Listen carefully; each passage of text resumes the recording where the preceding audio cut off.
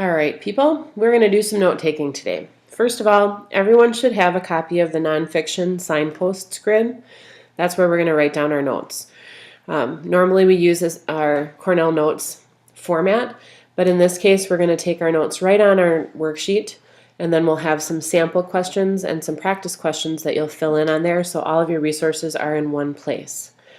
Before we begin, I want you to put the essential question you see on the screen up at the top of your page. It can go right above the grid. So the question is, what big questions should we ask when we read nonfiction?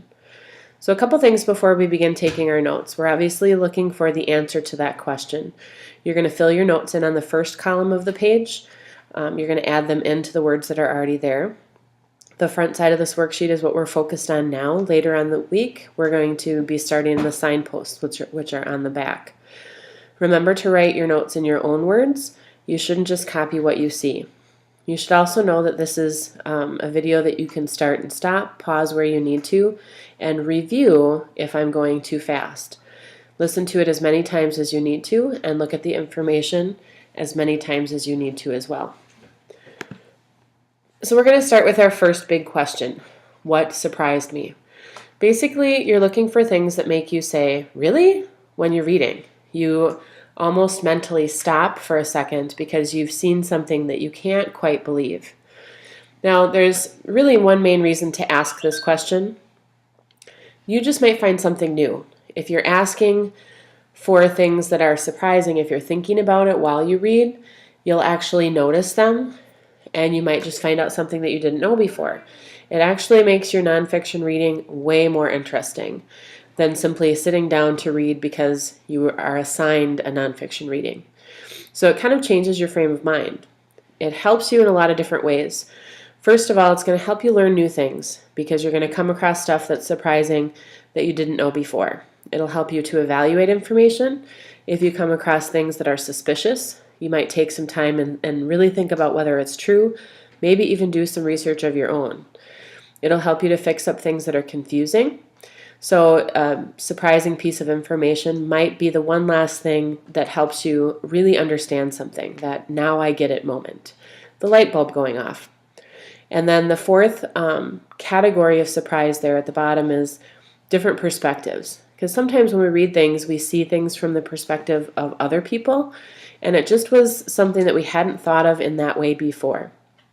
So our four categories of surprise kind of make us look for four different types of things that make us stop and say, really?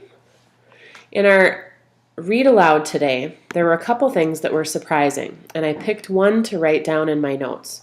So what you're seeing here is my nonfiction grid sheet, make it a little bit bigger, and my essential question at the top. I've got my notes filled in on the left, trying to use my own words where I can. And in the middle, I have a sample answer.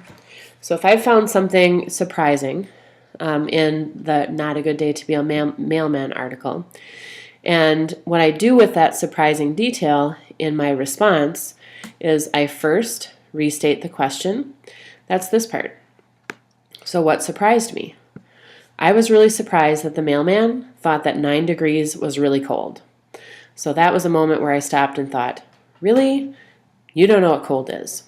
So I explain why that surprised me next. I answer my question, and it's actually 2 sentences long. In my opinion, 9 degrees isn't so bad. In Minnesota, a really cold temperature is more like -20 degrees. Then, in the last part of my question, I want to identify one of the 4 types of surprise. Which one is it? So I've got the 4th one. This made me think that in other parts of the country and in other parts of the world, people have a different tolerance level for cold weather. So it's that different perspective that I was looking for. So again, I restate the question. I explain my thinking. And then I identify what kind of confusion or what kind of surprise it was for me. So my answer has 3 parts. If you'd like, now would be a good time to pause the video, make sure that you have all of the notes that you need, and that you have your sample answer in that first row. The second essential question is, what does the author think I already know? Oop, I'm missing a question mark. So what I do is I look at confusing passages with this question in mind, because the reason I'm confused is the author has assumed I knew something, and I just don't. So the author is my problem. What I try to do if I find something confusing is, first of all, try to identify what's confusing, and then I make a plan to clear up my confusion. So identification is the first thing. What is confusing? What does the author think I already know? And then I figure out how I am going to clear up my confusion. So I come up with a plan. Now I ask this because, unfortunately, authors make a lot of assumptions. Great word, assumptions. It means that the authors say some things with the idea that I already know what they're talking about. So when I'm reading, I ask this question. That way I can figure out what the author did to get in my way. Okay? Being confused about something isn't your problem, it's the author's problem, because they're trying to get you to understand something in their way, so they need to make things clear for you. If something gets in your way because of the author, you need to make a plan to understand the information you need to know. Now, how does it help me? Well, first of all, let me go back to the right slide. If I can figure out how to fix my confusion, I become more competent, I feel more confident as a reader, and I simply know more. So when I'm identifying things that are confusing, things that the author thinks I already knew, I'm going to categorize them into these 4 categories at the bottom. Either it's a vocabulary issue, or it's a visualizing issue. The author expects that I can see what they're talking about, but I can't. Prior knowledge, the author thinks I know something that I don't know. And sequencing, the author assumes I understand the order of events, but I don't. So if I look at my sample text, I should have in my notes that I'm looking for things that are confusing, and I'm going to fix it by making a plan. And I do this because authors make assumptions, so we get confused if we don't know what the author thinks we know. Again, it's the author's problem, not our problem. But we can try to fix it by identifying what kind of problem has been created. Is it a vocabulary confusion, visualizing confusion, prior knowledge, or sequencing? The author thinks I know the definition of the word pine. Okay? This is from our article about the mailman. In the article, the author says that mailmen pine for Manhattan. Well, I thought pine was a pine tree. I do the same thing here with my answer, though. First of all, I restate it. The author thinks I know the definition of the word pine as it's used in the story. Then I explain my confusion. I think the word pine refers to a tree, and that obviously does not make sense.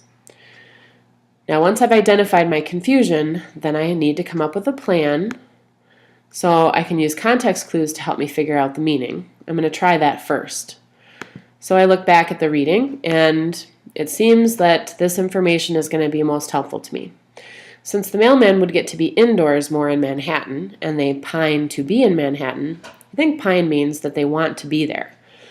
So I checked that meaning in the sentence, and it seems to make sense. One more time, I restate the question. I explain my thinking. I identify my plan, carry out my plan, and then I report my findings.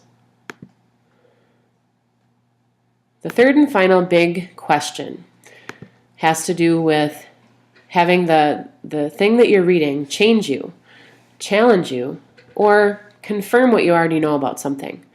Because let's face it, we want our learning to be more than just memorizing. We want the things that we read to actually change us, maybe change the way we think about an issue. And that's okay. We want our nonfiction to do that. Because here's the deal. If nonfiction is going to intrude on your life, an assignment that is required, you have to do it, you didn't choose it. Well then, it better change, challenge, or confirm what you already know. That way it will be worth your time. We ask this question because reading nonfiction is more than just reading to learn something. We should be expecting our brains to do more than memorize information. When we read fiction, we expect the fiction to have an impact on our life. we should have the same expectation for our nonfiction.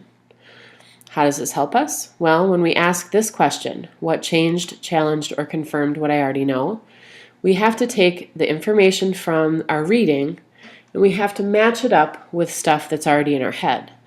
This, as research has proven, is the best way to learn something. So again, we can confirm what we already know while we're reading. We can take what's in the reading and have it modify our thinking. Not completely change things, but maybe change parts of our thinking. Or perhaps if you're really lucky, you'll read something that will change your mind completely about something. If I look back at my article, sorry this is split here, but in my notes section I've written down the 3 C's if we want nonfiction to have an impact. Otherwise it's not worth it. But in my response, I'm restating the question, what changed, challenged, or confirmed what I already know? In this case, it's something that confirmed what I already know. So in my first sentence, I state that the sentence that I've identified from the article, a sentence says that Mr. Kalmanson's salary was only $5,000 more than the tuition at Columbia. That sentence confirmed that Mr. Kalmanson didn't make a lot of money. Now I have to explain where my thinking came from. Earlier in the article, I thought that Mr. Kalmanson didn't make a lot of money because he said his brother did better financially, and he asked if the reporter was going to pay for his lunch. So I had been thinking that he didn't have a lot of money, but this sentence confirmed it. Since the tuition at Columbia was $39,000, we know, that should be a dollar sign, we know that Mr. Kalmanson only makes $44,000. That's not much. So this detail from the article confirmed what I was already thinking. Now, as you think about how to summarize these notes, really it comes down to finishing this question. When reading nonfiction, we should ask, how would you finish that question? Again, if you need to go back and revisit any parts of these notes, stop and start, pause and begin, and review all of the information for your worksheet as you go. We'll be talking about nonfiction signposts later in the week.